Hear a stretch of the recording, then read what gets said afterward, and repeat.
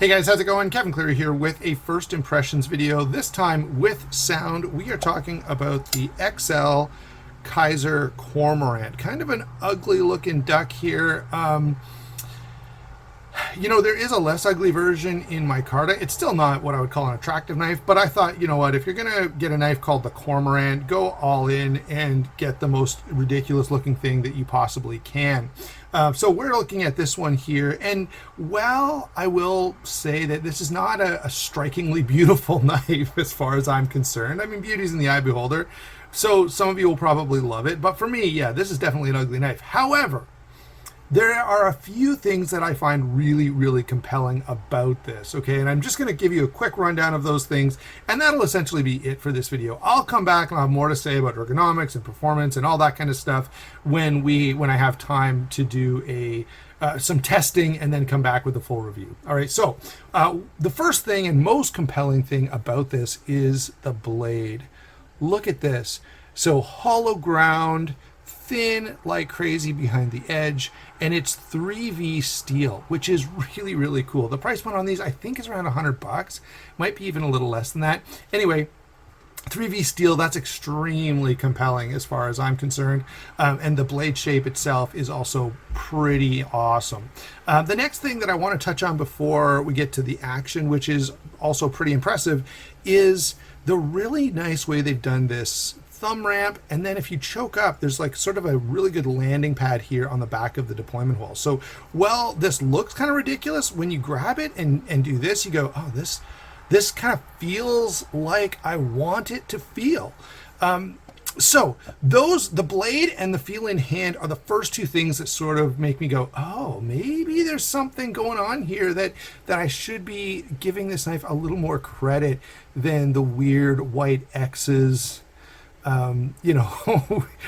push me toward. All right, because this stuff is pretty neat. Now, given the blade and the ergonomics that we've already touched on, those are definitely very good, but we're not done yet, because this is an extremely fidgety knife. Every kind of deployment method you can use works extremely well. It's extremely comfortable, and the button lock is just fantastic. Now, one last thing before we wrap this up, and I'll give you a quick size and weight before we finish. I always include that in my first impressions. Notice the way that the action is here. So with a button lock knife, the part of the button always serves as the stop pin, sort of, but in this case, this is something you don't see very often.